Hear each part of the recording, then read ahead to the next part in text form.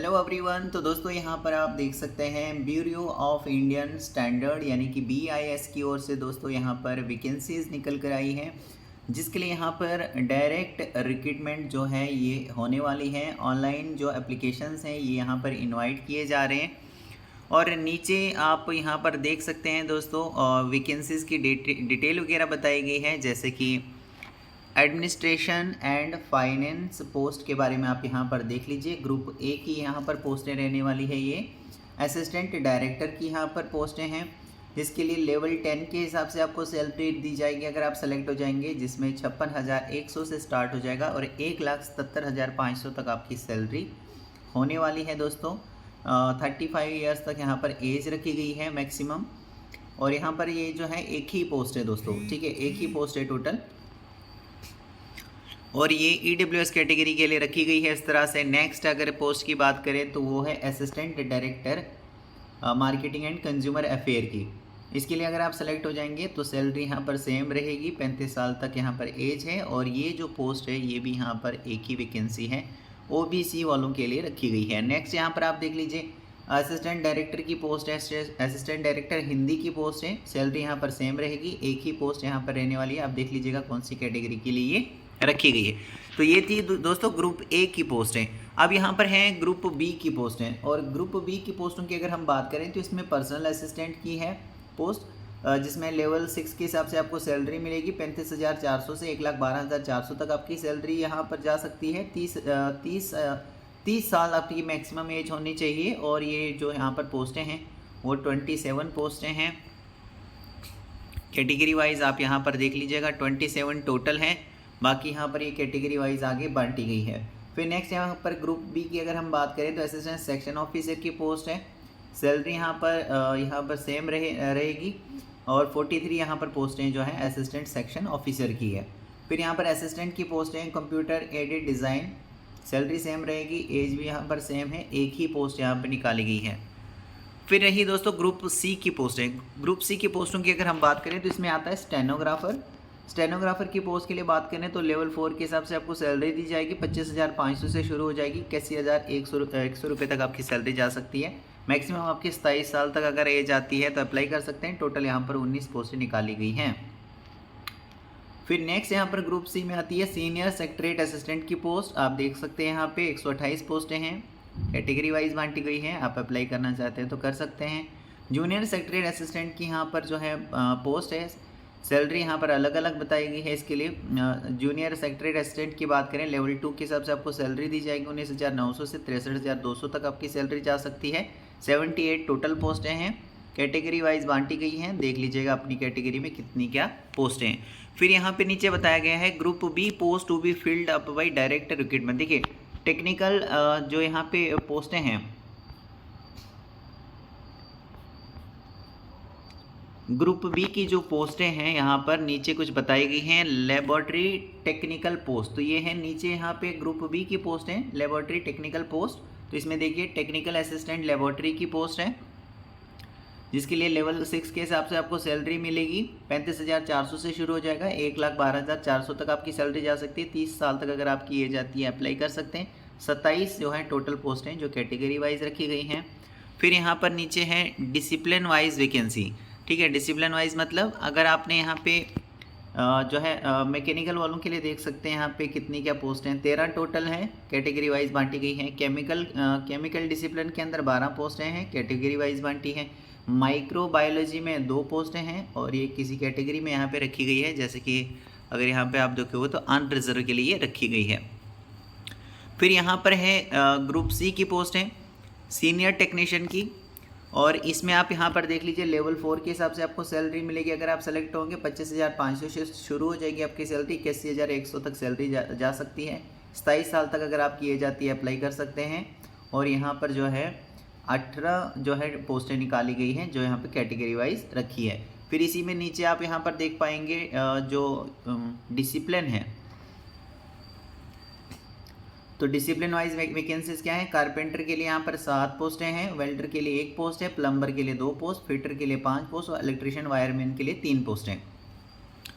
फिर दोस्तों नेक्स्ट यहाँ पर आप देख लीजिए इसी में ग्रुप सी की पोस्टों में यहाँ पर है दोस्तों टेक्नीशियन, इलेक्ट्रीशियन, वायरमैन। इसके लिए अगर आप सेलेक्ट हो जाते हैं इन पोस्टों के, ये जो पोस्ट यहाँ पे निकाली गई हैं इसमें अगर आप सेलेक्ट हो जाएंगे, लेवल 2 के हिसाब से सैलरी होगी 19,900 से 63,200 तक जा सकती है। 27 साल तक अगर आप किए जाती है अप्लाई कर सकते हैं। एक ही पोस्ट है दोस्तों, तो अगर आपके पास जो है क्वालिफिकेशन है तो आप यहाँ पर अप्लाई कर लीजिएगा। बाकी यहाँ पर एब्रीविएशंस कुछ यहाँ पर बताई गई हैं, इनको आप देख लीजिएगा इसका क्या क्या मतलब होता है। अब देखिए एजुकेशन, क्वालिफिकेशन एंड एक्सपीरियंस, तो यहाँ पर एक्सपीरियंस वगैरह भी रिक्वायर्ड रहेगा और अभी हम देखेंगे कौन सी पोस्ट के लिए क्या एक्सपीरियंस यहाँ पे रिक्वायर्ड रहेगा। तो देखिए दोस्तों, असिस्टेंट डायरेक्टर फाइनेंस, ठीक है, असिस्टेंट डायरेक्टर जो फाइनेंस की पोस्ट हैं इसके लिए चार्टर्ड अकाउंटेंट आपने किया होना चाहिए। और नीचे यहाँ पर एक्सपीरियंस भी रिक्वायर्ड रहेगा, 3 साल का एक्सपीरियंस आपका रेलिवेंट फील्ड में होना चाहिए, सेंट्रल, स्टेट या फिर यूनियन टेरिटरी गवर्नमेंट या स्टैच्यूटरी ऑटोनॉमस बॉडी या पब्लिक सेक्टर अंडरटेकिंग या फिर रेपुटेटेड गवर्नमेंट एजेंसी से, ठीक है। तो 3 साल का यहाँ पर एक्सपीरियंस रहेगा इस पोस्ट के लिए। नेक्स्ट यहाँ पर है assistant director marketing consumer affair, तो इसके लिए आपने मास्टर्स किया होना चाहिए। और नीचे यहाँ पे बताया गया कि 5 ईयर्स का आपको एक्सपीरियंस भी होना चाहिए in the field of marketing का, mass communication, social work in central government, state government, union territory या statutory autonomous body, public sector undertaking, reputed या फिर रेपुटेटेड गवर्नमेंट एजेंसी का आपके पास 5 साल का एक्सपीरियंस रिक्वायर्ड रहेगा यहाँ पे।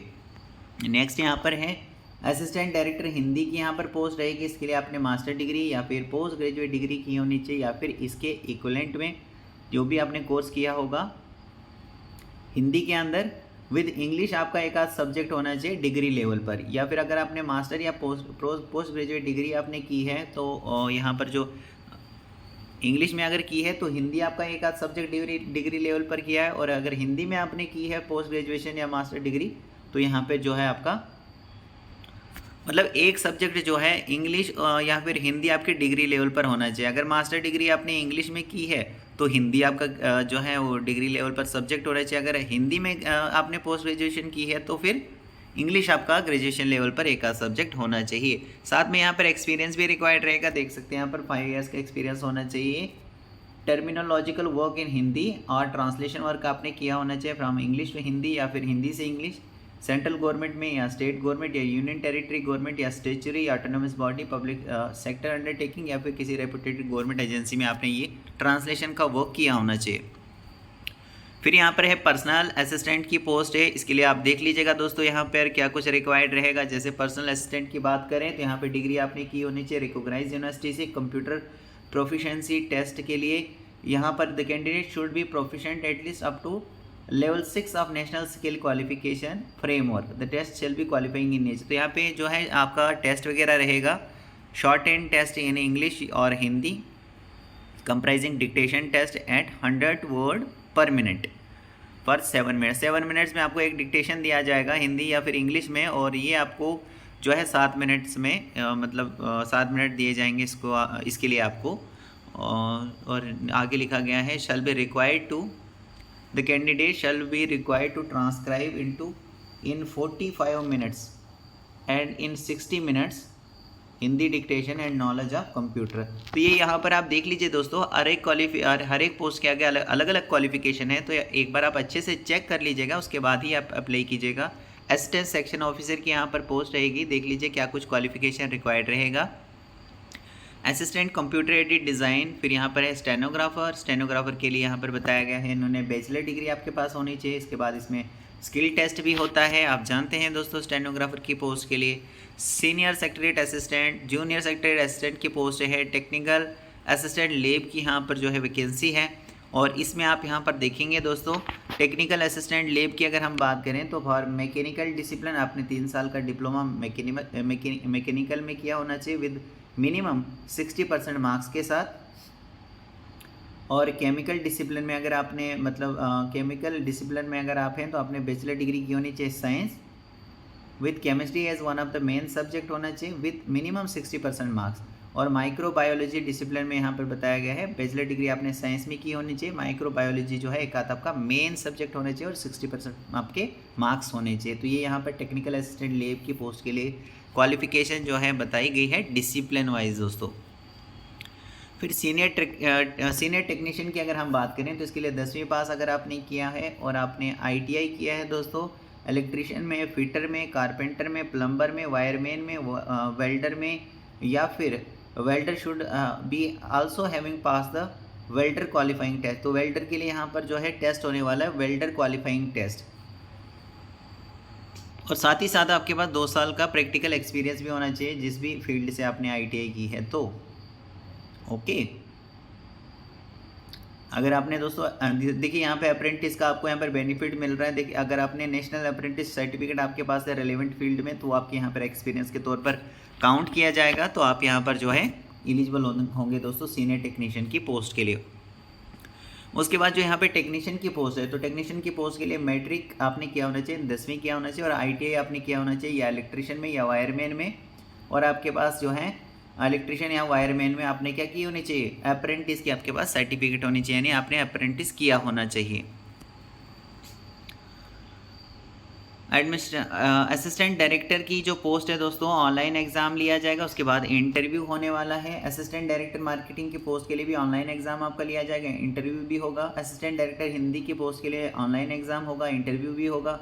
पर्सनल असिस्टेंट की पोस्ट के लिए ऑनलाइन एग्जाम होगा और स्किल टेस्ट यहाँ पर होने वाला है। इसी तरह से असिस्टेंट सेक्शन ऑफिसर के पोस्ट के लिए यहाँ पर ऑनलाइन एग्जाम, स्किल टेस्ट होगा।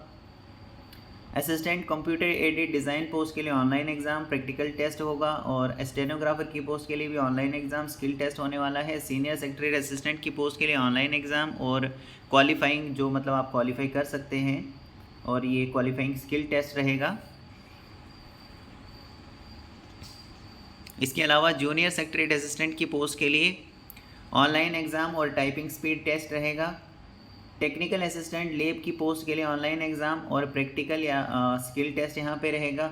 सीनियर टेक्नीशियन की पोस्ट के लिए भी यहाँ पर ऑनलाइन एग्ज़ाम और प्रैक्टिकल रहेगा, या फिर ट्रेड टेस्ट रहेगा। ठीक है, टेक्नीशियन की पोस्ट के लिए भी ऑनलाइन एग्ज़ाम और यहाँ पे प्रैक्टिकल होने वाला है। तो देख लीजिएगा यहाँ पे प्रैक्टिकल जो है कौन सी पोस्टों के लिए यहाँ पे रखा गया है। एक तो technician assistant lab, senior technician और टेक्नीशियन की पोस्ट के लिए आपका एक तो ऑनलाइन एग्जाम होगा और उसके बाद आपका प्रैक्टिकल देखा जाएगा। मतलब जैसे वेल्डर कोर्स आपने किया है तो वेल्डर के लिए जो है इसी तरह से आपको प्रैक्टिकल दिखाना होगा वहाँ पर, जैसे भी वहाँ पे बताया जाएगा। इलेक्ट्रिशियन का कोर्स किया है तो इलेक्ट्रिशियन वालों का इलेक्ट्रिशियन का वहाँ पे प्रैक्टिकल रहेगा। वेल्डर कोर्स किया है तो इसी तरह से, मैकेनिकल किया है तो वो उसी तरीके से जो भी आपका मतलब स्ट्रीम है, जो भी डिसिप्लिन है, उसी हिसाब से वहाँ पे आपका प्रैक्टिकल होने वाला है। जो आपका ऑनलाइन एग्ज़ाम रहेगा दोस्तों, ये यहाँ पर देख लीजिएगा ऑनलाइन एग्ज़ाम में क्या क्या पूछा जाएगा आपसे। तो नीचे दिया गया है for the post of assistant director की जो पोस्ट है दोस्तों, assistant director finance, assistant director Hindi, assistant director marketing and consumer affair, इन पोस्टों के लिए यहाँ पर the exam shall be of post graduate level. तो ये जो यहाँ पर पोस्टें है ना, इनके लिए जो आपका एग्ज़ाम रहेगा उसका लेवल रहेगा पोस्ट ग्रेजुएट लेवल, जिसमें आपको जनरल इंटेलिजेंस एंड रीजनिंग से 40 क्वेश्चन 40 मार्क्स के होंगे, इंग्लिश लैंग्वेज से 40 क्वेश्चन 40 मार्क्स के रहेंगे, क्वांटिटी एप्टीट्यूड से 20 क्वेश्चन 20 मार्क्स के रहेंगे। और बाकी यहाँ पर for assistant director Hindi, for assistant director finance, for assistant director marketing and consumer affair, तो यहाँ पे असिस्टेंट डायरेक्टर की पोस्ट के लिए 50 क्वेश्चन होंगे और ये 50 जो है मार्क्स के रहेंगे। और यहाँ पर जो है इंग्लिश और हिंदी दोनों में यहाँ पर जो है आपसे क्वेश्चन पूछे जाएंगे, जिसमें भी आप देना चाहें दे सकते हैं। टाइम आपको दिया जाएगा, यहाँ पे देख सकते हैं 120 मिनट्स का आपको टाइम दिया जाएगा करने के लिए। 150 क्वेश्चन होंगे और 150 मार्क्स के रहेंगे, मतलब एक क्वेश्चन आपका 1 मार्क का यहाँ पर रहने वाला है। नेक्स्ट दोस्तों यहाँ पर आप देखेंगे जो पोस्ट है यहाँ पे टेक्निकल असिस्टेंट की है, technical assistant laboratory, assistant computer aided design. तो इन पोस्टों के लिए यहाँ पर जो है ग्रेजुएट लेवल का यहाँ पर जो है पेपर रहेगा। And for the post of senior technician और जो बाकी सीनियर टेक्नीशियन और टेक्नीशियन की जो पोस्टें हैं वो यहाँ पर secondary level and secondary level, senior secondary level and secondary level. तो देखिए यहाँ पे जो यहाँ पर टेक्नीशियन की पोस्टें, सीनियर टेक्नीशियन हो गया या टेक्नीशियन हो गया, इसमें जो लेवल रहेगा ना आपका, ये 12th और 10th का जो लेवल है ये आपका एग्ज़ाम में रहने वाला है। ठीक है, इस चीज़ का आप यहाँ पर ध्यान रखोगे। जैसे नेम ऑफ द टेस्ट यहाँ पर आप देख लीजिए, जो यहाँ पे सिलेबस है वो आप यहाँ पर देख लीजिए। जनरल इंटेलिजेंस एंड रीजनिंग, मतलब ये सिलेबस किसके लिए है, यहाँ पर जो भी मतलब technical assistant for the post of technical assistant laboratory और असिस्टेंट कंप्यूटर एडेड डिज़ाइन की पोस्टों के लिए ग्रेजुएशन का लेवल रहेगा, लेकिन जो सीनियर टेक्नीशियन और टेक्नीशियन वाली जो पोस्टें हैं उसके लिए 12th और 10th का इस तरह से आपका सिलेबस रहेगा। मतलब क्वेश्चन जो पूछे जाएंगे ना वो उतने ज़्यादा हार्ड नहीं होंगे, तो ये आपको ध्यान रखना है। बाकी सिलेबस तो इसी तरह का रहेगा, जैसे जनरल इंटेलिजेंस और रीजनिंग से यहाँ पे देखिए 50 क्वेश्चन होंगे 50 मार्क्स के, लेकिन जो ग्रेजुएशन लेवल का, जिसमें लेवल जो है ग्रेजुएशन का रहेगा, उसमें थोड़े जो क्वेश्चंस हैं ना वो थोड़े डिफ़िकल्ट पूछे जाएंगे। इस तरह से आप समझिए। जनरल अवेयरनेस से 25 क्वेश्चन 25 मार्क्स के, इंग्लिश लैंग्वेज से 25 क्वेश्चन 25 मार्क्स के रहेंगे। फिर टेक्निकल असिस्टेंट लेब के लिए अगर हम बात करें तो यहाँ पे जो है technical knowledge of concern subject, तो इसमें क्या है, जो जैसे मैकेनिकल आपने किया है डिसिप्लिन, या केमिकल आप करा है, या माइक्रोबायोलॉजी आप करा है, तो यहाँ से जिसमें भी आपने कोर्स किया ना वहाँ से आपको क्वेश्चन पूछे जाएंगे 50, ये 50 मार्क्स के रहेंगे। इस तरह से जैसे असिस्टेंट कंप्यूटर एडेड डिज़ाइन के लिए, डिज़ाइन की हम बात करें तो इसमें क्वेश्चन रिलेटेड टू होंगे typography, AutoCAD, press work, draftsmanship. Senior technician की बात करें तो यहाँ पर क्वेश्चन रिलेटेड किसके होंगे, ITI के, और जो भी आपका ट्रेड होगा सीनियर सेकेंडरी लेवल के क्वेश्चंस होंगे। जैसे अगर ITI आपने जिसमें भी की है उसी के रिलेटेड जो है, उसी ट्रेड के रिलेटेड आपके यहाँ से क्वेश्चंस होंगे। फिर टेक्नीशियन के लिए आप नीचे देखिए ये क्वेश्चंस यहाँ पर होंगे ITI and relevant trade. Okay, तो ये ज़्यादा जो है मुश्किल नहीं होंगे, सेकेंडरी लेवल के ही क्वेश्चंस होंगे दोस्तों, रिलेटेड होंगे आपके ट्रेड के रिलेटेड होंगे। यहाँ पे 50 मार्क्स के 50 क्वेश्चन 50 मार्क्स के रहेंगे। यहाँ पे 40 मिनट्स का इसके लिए टाइम दिया जाएगा करने के लिए। इंग्लिश और हिंदी दोनों में क्वेश्चंस होंगे, तो दोनों में से किसी में भी आप एक में दे सकते हैं। 150 इस तरह से टोटल क्वेश्चंस हैं, 150 मार्क्स के 120 मिनट का आपको यहाँ पे टाइम दिया जाएगा करने के लिए। फिर यहाँ पर नेक्स्ट पोस्टें हैं दोस्तों, assistant section officer, personal assistant, stenographers, और सीनियर सेक्रेटरीट असिस्टेंट और जूनियर सेक्रेटरीट असिस्टेंट।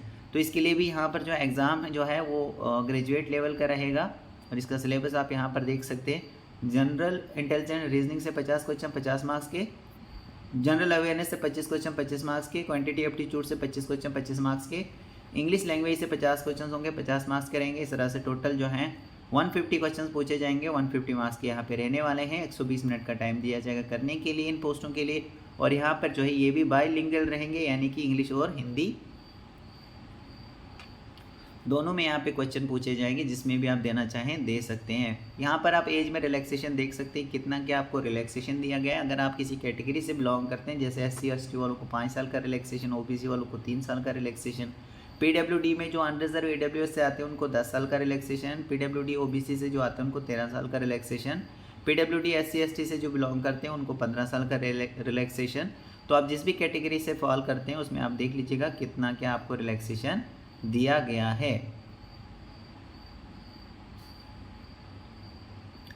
बाकी आप यहाँ पर देखते ही हैं दोस्तों कि यहाँ पे जो स्किल टेस्ट है वो यहाँ पर जो है स्टेनोग्राफर की पोस्ट के लिए भी स्किल टेस्ट है, और जिसके लिए भी मैंने आपको ऑलरेडी बताया, जिन भी पोस्टों के लिए स्किल टेस्ट है उसके लिए आपको स्किल टेस्ट होगा। जिनको प्रैक्टिकल करके दिखाना है तो उनके लिए उन पोस्टों में यहाँ पे प्रैक्टिकल भी होने वाला है, वो आप यहाँ पर देखेंगे जैसे मैंने आपको ऑलरेडी बताया हुआ है। अब यहाँ पर जो आपके मतलब एग्ज़ाम होगा ना वो उसका सेंटर कहाँ पर होगा, तो वो आप यहाँ पर स्टेट वाइज देख लीजिएगा। जैसे आंध्र प्रदेश की बात करें तो यहाँ पर विशाखापट्टनम जो है ये सिटी का नाम है जहाँ पर आपका टेस्ट लिया जाएगा। आंध्र प्रदेश के लिए यहाँ पे तो जो है विजयवाड़ा या फिर गुंटूर में आपका सेंटर रहेगा। बिहार का पटना में रहेगा, छत्तीसगढ़ का रायपुर में, गुजरात का अहमदाबाद या गांधीनगर, गुजरात का जो है यहाँ पर राजकोट, हरियाणा, हिमाचल प्रदेश, और हर एक यहाँ पर स्टेट जो है ये कवर की गई है। और यहाँ पर सेंटर्स जो हैं बताए गए हैं कि कहाँ पर जो है आपका सेंटर होने वाला है। एग्ज़ामिनेशन जो है दोस्तों ऑनलाइन होगा, मैंने आपको बताया। वेन्यू और जो है venue given in the respective call, कौन सी जगह पर होगा तो ये आपके जो कॉल लेटर्स आएंगे उस टाइम पे उन पे लिखा होगा, डेट, टाइमिंग, सारी चीज़ें लिखी होंगी। इसके अलावा कुछ और इम्पॉर्टेंट हम यहाँ पर देख लेते हैं। हाउ टू अप्लाई बताया गया है, किस तरीके से आप अप्लाई कर सकते हैं यहाँ पर इन पोस्टों के लिए। तो ऑनलाइन आपको अप्लाई करना होगा। 9 सितंबर 2024 से फॉर्म लगना शुरू हो जाएंगे और 30 सितंबर तक आप यहाँ पर रात के 12 बजे से पहले तक आप यहाँ पर एप्लीकेशन जो है सबमिट करा सकते हैं। अगर आप इंटरेस्टेड हैं, आप यहाँ पर जो ये पोस्टें हैं इसमें से कोई सी भी पोस्ट अगर आपकी क्वालिफ़िकेशन के हिसाब से फिट बैठती है तो आप अप्लाई कर लीजिए।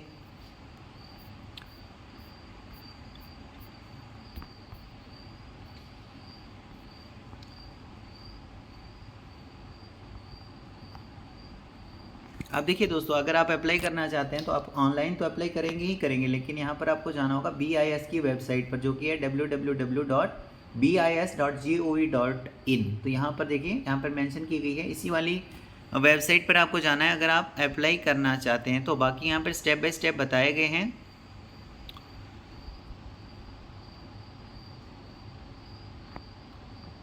पेमेंट ऑफ फीस के बारे में बताया गया है कि जो भी यहाँ पर फीस होगी वो आप किस तरीके से पे करेंगे। तो यहाँ पे बताया गया है डेबिट कार्ड से कर सकते हैं, रुपए, visa, master card, Maestro, credit card, internet banking, IMPS, cash card या मोबाइल वॉलेट के थ्रू जो है आप फीस पे कर सकते हैं। और बाकी भी यहाँ पर ये जो है काफ़ी लंबा नोटिफिकेशन है दोस्तों, अगर आप इसको पढ़ना चाहते हैं तो पढ़ सकते हैं। देखिए यहाँ पे क्या लिखा है, रजिस्ट्रेशन की डेट मैंने आपको पहले ही बता दी, 9 सितंबर 2024 से फॉर्म लगना शुरू हो जाएंगे और 30 सितंबर तक आप फॉर्म्स को जो है फिलअप कर पाएंगे। फिर जो एडमिट कार्ड इशू किए जाएंगे वो 10 दिन पहले ही इशू किए जाएंगे, मतलब एग्ज़ाम से 10 दिन पहले ही इशू किए जाएंगे। और जो ऑनलाइन एग्ज़ाम आपका रहेगा ये यहाँ पे मंथ ऑफ नवंबर, टेंटेटिव बताया गया है कि नवंबर 2024 में आपका एग्ज़ाम लिया जाएगा। तो ये थोड़ा सा अभी क्लियर इन्होंने नहीं बताया है, क्योंकि डेट यहाँ पर मेंशन नहीं की है, टेंटेटिव यहाँ पर मंथ बताया गया है। तो आप यहाँ पर इनकी साइट पर जो है रेगुलर रहिए इसके रिगार्डिंग में, किसी भी अपडेट के लिए, किसी भी इंफॉर्मेशन के लिए।